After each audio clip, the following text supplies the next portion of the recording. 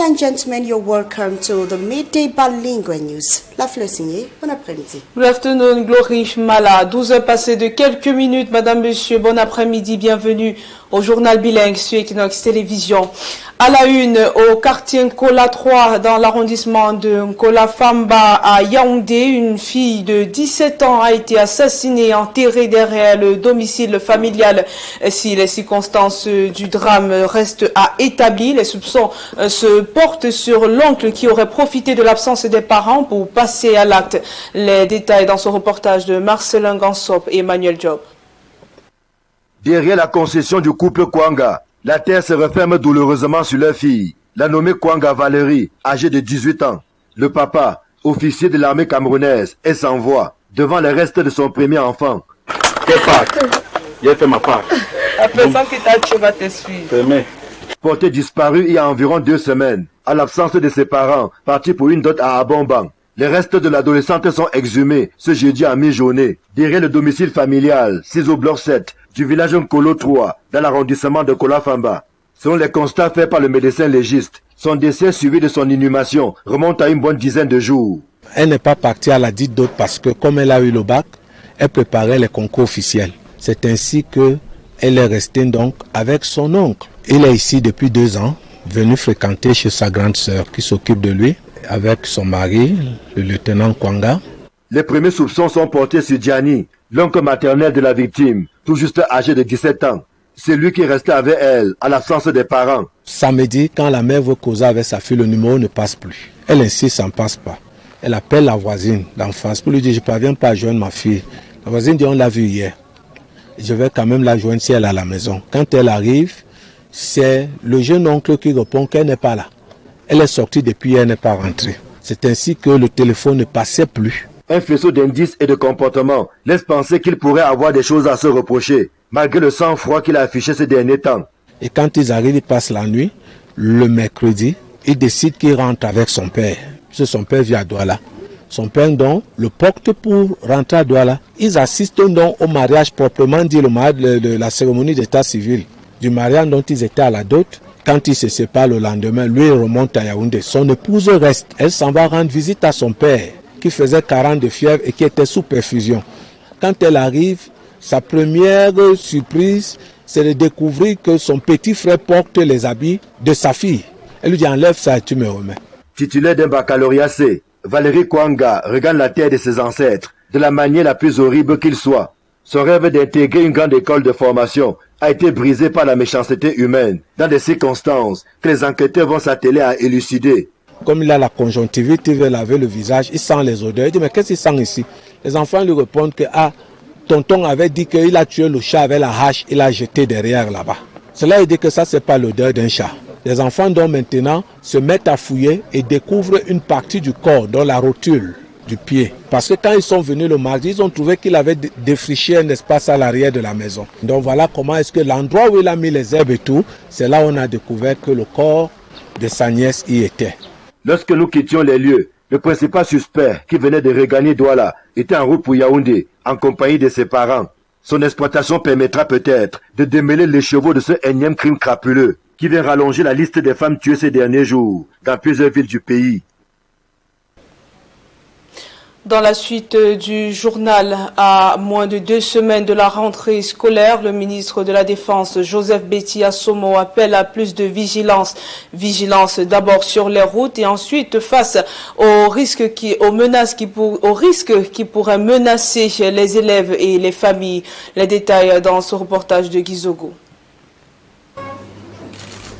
Bien que faisant état d'un contexte international particulièrement conflictogène, lequel déteint sur le Cameroun, le ministre de la Défense a souligné que la situation sécuritaire est sous contrôle lors de la réunion sécuritaire d'avant la rentrée scolaire 2026-2027.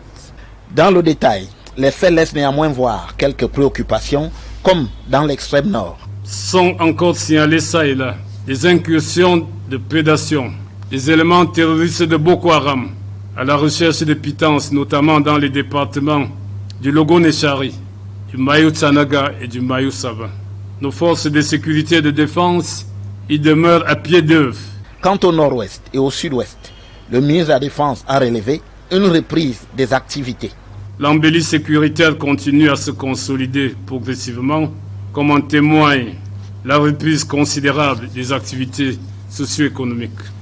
Les mots d'ordre de Ghost Towns demeurent toutefois observés encore les lundis dans certaines localités. Faisant le lien avec la rentrée scolaire, le ministre de la Défense s'est appesanti sur la sécurité routière. L'accent doit être mis de manière particulière sur la prévention routière. Les services en charge de ce dossier se doivent d'intensifier les contrôles sur nos axes routiers et de sanctionner sans complaisance les manquements aux règles et consignes de sécurité. Au-delà, il a mis en exergue la dimension surveillance des risques. Au contrôle des mouvements des personnes et des biens, à la proactivité dans la gestion des remous sociaux et des catastrophes d'origine humaine ou naturelle, ainsi qu'à la lutte acharnée contre les violences urbaines et rurales. En y ajoutant la prévention des risques d'infanticide et de féminicide, le ministre de la Défense a conclu que ce tout devrait garantir une rentrée scolaire et académique 2026-2027 sereine. Toujours dans le secteur de l'éducation, à l'approche de la rentrée scolaire, les populations du groupement Bekoua dans la commune d'Essé, département de la Meufou et à Famba ont reçu du matériel didactique, des paquets minimum destinés aux enseignants et aux élèves offerts par la société African Road Technology. Public reportage. Dans la commune d'Essé, dans le département de la Meufou et à Famba, les populations sont en joie. Elles viennent de recevoir de l'entreprise African Road Technology du matériel didactique évalué à plusieurs millions de francs CFA. Une aide précieuse pour les acteurs de l'éducation de la contrée en cette veille de rentrée scolaire.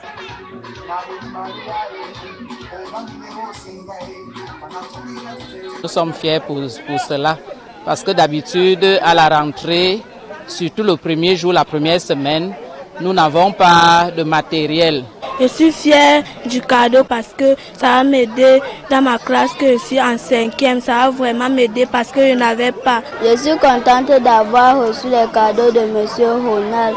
Un geste de cœur posé par African Road Technology par le biais du comité de développement du groupement Bekoua. Notre plan d'action est structuré autour de 6 principaux points de développement. Le principal point, c'est l'éducation. Parce que pour diriger le Cameroun de demain, il faut apprendre aujourd'hui.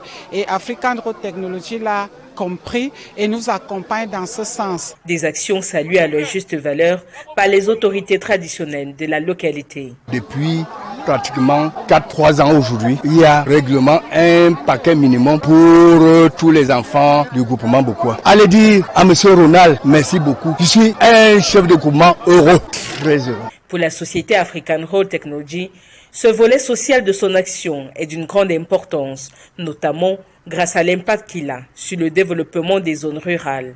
Except that we are doing projects, we also like to contribute to the local communities. We have a program that's called Social Corporate Responsibility to support young children education. The children of today are the children for tomorrow in Cameroon. And I hope that many people see this all over Cameroon, so that there are also companies who are coming for work to do a good job with innovative products, but also that we are contribute on the local societies.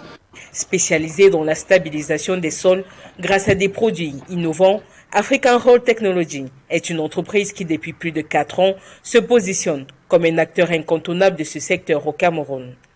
African Road Technology is since 2017 started to establish the company, and since 4 years we are real here. We have innovative products in soil stabilization, dust suppression. It is all approved by the national authorities. African Road Technology est spécialisée dans les travaux de drainage et de gestion des routes, d'entretien et de construction des bâtiments et autres œuvres de BTP. Des travaux qui se font grâce à des solutions techniques reposant sur des produits tels que le Polyvigo 21, le Permawet, le MP18 ou encore le PCM. Avant de refermer cette première partie du journal, je vous propose de regarder cette communication de notre partenaire Orange Cameroun qui vient de lancer sa caravane OM Fidélité Back to School.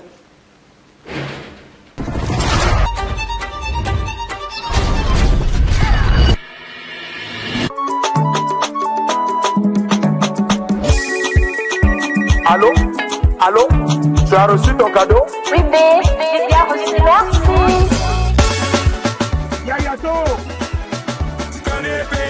Bienvenue au lancement de la campagne Yayato Orange Money Back to School 2026. Nous allons procéder au lancement de notre campagne de rentrée scolaire avec Orange Money. Et comme vous le savez, c'est toujours un moment très spécial qu'Orange Money accorde à ses abonnés. Allez sur Maxi, inscrivez-vous au programme OM Fidélité que vous allez retrouver sur la page d'accueil. Inscrivez-vous au programme OM Fidélité pendant toute l'année et donc particulièrement pendant la rentrée scolaire. Pour tous les paiements marchands que vous aurez à faire, vous aurez la possibilité de gagner de nombreux lots. On annonce comme ça une cagnotte de 200 millions à se partager. Nous avons choisi comme visage de notre campagne sur cette rentrée scolaire.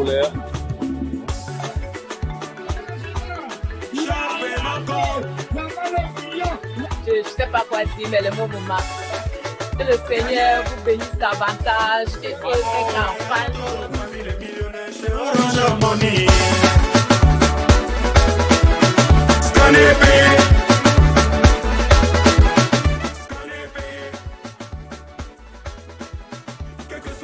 Je suis très honoré d'avoir encore été béni par Orange Money aujourd'hui. Pour une deuxième fois, me voici en train de gagner 1 million. Si c'est pas un coup de chance, je ne sais pas. Peut-être c'est un contrat à vie avec Orange. Très satisfait de la promotion et je dis juste que la promotion continue et que les meilleurs gagnent. Caravane Orange Money fera le tour, donc soyez prêts. Payez vos courses par Orange Money, notamment scanner avant de payer avec le QR code et ce sera joué. Nous derrière, la magie va opérer. On espère que vous serez les prochains gagnants. Voilà, c'est tout pour la première partie du journal. La suite, c'est avec Laurie Mala. Good afternoon once more. Merci, la fleur signée. Ladies and gentlemen, you're watching the midday bilingual news on Équinoxe television. The people of Sir Village in the Mayo-Tanaga division of the Far North region. Daily life has become a struggle for survival with limited access to basic services and livelihood. Families face harsh living conditions with women carrying much burden, providing for their families and keeping children in school. Our reporter Babila Jonathan now takes us to the Far North region of Cameroon. In this mountainous community of Mogode in the Mayo-Tanaga division in the Far North region of Cameroon, life is a daily struggle. For nearly 14,800 residents of Sir Village, limited access to clean water, demanding farm work and poverty make everyday survival a challenge. But for many women, there is another burden: feeding their families while ensuring their children stay in school. C'est nous qui prenons la charge de nos enfants. She says it is the women who take care of the children. On commence à faire la cotisation. When it comes to schooling, we start contributing when we do business. We put 500 francs CFA into the savings fund to buy notebooks and other school supplies. The women add that the burden is sometimes compounded by alcohol abuse and the failure of some fathers to contribute to household expenses. According to this woman, some parents do not take responsibility. They spend time drinking wine, and when their wives ask them money to buy school supplies for children, they tell them to leave them alone. Some even beat their wives for asking money for school fees or notebooks for the children. In the face of these challenges, petty trading, farm produce and community savings groups have become more than survival strategies. They are helping mothers prepare their children for the new academic year. In Sir, the new school year is not financed by a guaranteed paycheck. It is built franc by franc through hard work, determination, and the solidarity of women who are determined to give their children a better future. Workers of the Cameroon Development Corporation are raising an alarm as palm trees are felled on disputed 44 hectares of land which they consider their only remaining source of livelihood. With the CDC already struggling with the years of economic difficulties, the workers say the ongoing destruction of the plantation could further worsen their situation. The Muslim community, on their part, maintains that it has obtained the legal right to occupy the land from competent structures. Rex Afon reports from Buea. These are workers of the Cameroon Development Corporation in Mutengene who now have only their voices and the writings on their placards as their last hope, as their only source of livelihood is being destroyed. They destroy our plantation. They are destroying our plantation, our only source of income. We were hoping we could work here and get at least our salary arrears, but now there is no hope. Now they fell, they're hopeless. The CDC has for years faced serious economic challenges. Adding this to their woes, they say, is simply too much to bear. A place like Bota, Noniwe, where we can operate, we have to do the maximum. And when we face a situation like the one we are facing, where young palm trees in their prime production age are being felled, it is life-threatening. The Muslim community, which now lays claim to the approximately 44-hectare piece of land, says it has all the legal rights to own it, having followed the required legal procedures to acquire the property. We started it 5 years ago. We made the deal. The deal gave us forwarding letter to the senior division officer in Limbe. We went there, we meet him, and he organized site board commission to visit the site, and the site board visit the area, everybody signed, and the file go through. The CDC said there is a waiver that the injunction order from the presidency, they cannot surrender their land. So we went up to the presidency gave us a waiver, wrote to the Minister of State Land that they should carry on our activities smoothly. Recently, the administrative court in Buea, while ruling on a case filed by the CDC against the Muslim community in Mutengene, reportedly gave the Muslims the right to carry out their activities on the land. This is why the felling of palm trees is ongoing. We went there, the administrative court, the representative of the CDC, the legal officer is there, me, the chief of the Muslim community, and my lawyer and the CDC lawyer. So they start the ruling, and finally we won the ruling. The community says the land will be used to settle internally displaced persons as well as for the construction of a mosque and a Muslim hospital. For now, these workers are left wondering what tomorrow holds, while the Muslim community exercises what it says are its legal rights to occupy and use the land.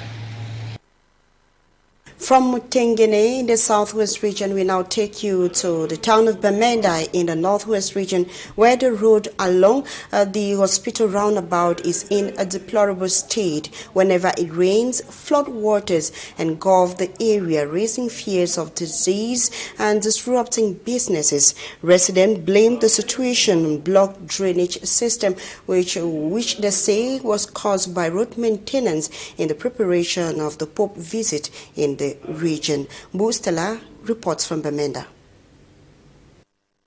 A road passes, development follows, but around hospital roundabout in Bamenda, residents say the road is bringing an unwelcome consequence. Whenever it rains, water spills onto the road and surrounding businesses, which locals blame on drainage channels affected during road maintenance carried out ahead of Pope Leo XIV's visit to Bamenda. This is hospital roundabout. Since the Pope came, that's when they blocked the main culvert. There's a tunnel that is passing through this road that the opening is at roundabout down this way towards Metakwata. When the Pope wanted to come, so they just blocked the bunch company blocked the tunnel, so there's no passage. The water cannot more have a way to pass.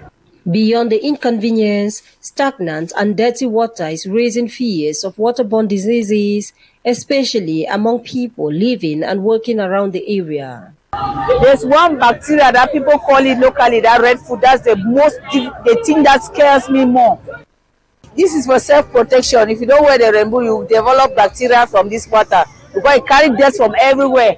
For traders, every downpour means interruption to business as customers struggle to access shops and traders worry about damage to their goods. When that start for 1 o'clock, I'm telling you to see, we're not even sell, even some of the food every day we carry and go house.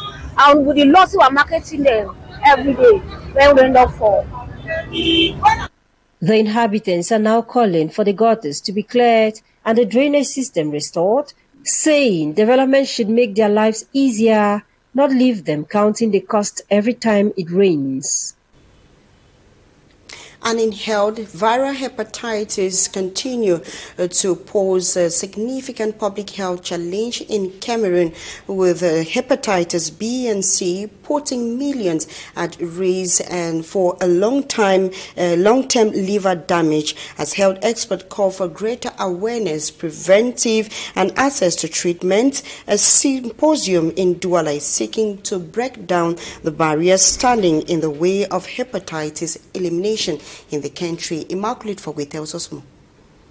Viral hepatitis, particularly hepatitis B and C, remains a major public health concern in Cameroon. Hepatitis B affects 11.2% of the population, while hepatitis C affects 1.3%.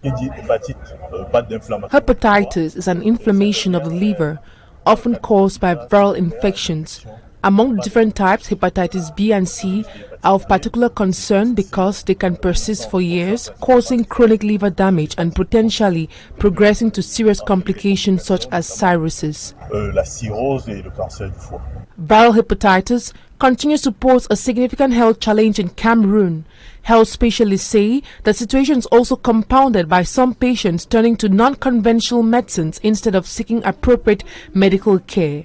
Every Cameroonian get access to hepatitis test, and then after, those who are positive need to be going to specialized centers and being treated by specialists and being cured for this virus, for example for hepatitis C. We no longer want people going outside the conventional health center facilities. In response to these challenges, health professionals and stakeholders gathered at the Lakantini Hospital in Douala for a symposium aimed at strengthening the fight against viral hepatitis. The meeting was held under the theme Breaking Down the Barriers. Several measures are being done to prevent and control hepatitis in Cameroon. While an effective vaccine is available against hepatitis B, other interventions focus on the prevention, early detection and treatment of hepatitis C.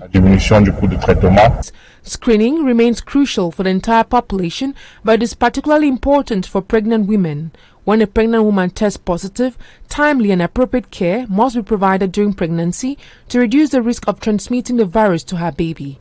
Vaccinating newborns at birth is also a key preventive measure, particularly against hepatitis B, helping to protect children from infection from the very beginning of life. Unbeaten, unstoppable, and already through, Cameroon's volleyball team are already on fire at the African Nations Championship in Nairobi. Ghana's outclassed, Tunisia tamed, and with Nigeria still to come, Cameroon is already in the quarterfinals. Details on our sport page with Magic and Gabriel.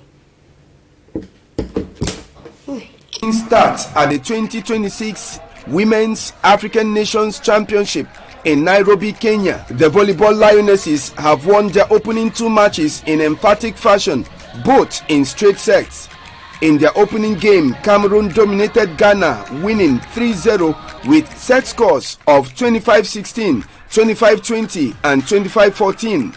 The Lionesses then marched on to claim another big victory, this time against Tunisia, again 3-0 with scores of 25-18, 25-17 and 25-23. With those two wins, and even before facing Nigeria, Cameroon has already secured its ticket to the quarterfinals of the tournament.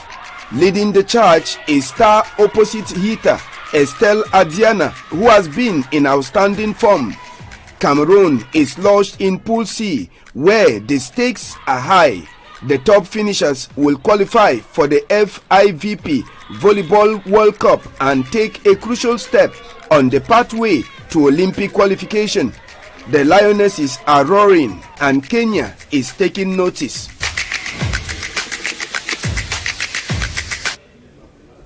And that brings us to the end of the last bilingual news edition of the day and of the week. Ladies and gentlemen, thanks for watching. We leave you in the company of more interesting programs. To have a beautiful weekend. La fleur signée. Passez un très bon week-end, Glory Mala. Madame, Messieurs, c'est la fin du journal. Merci pour votre attention.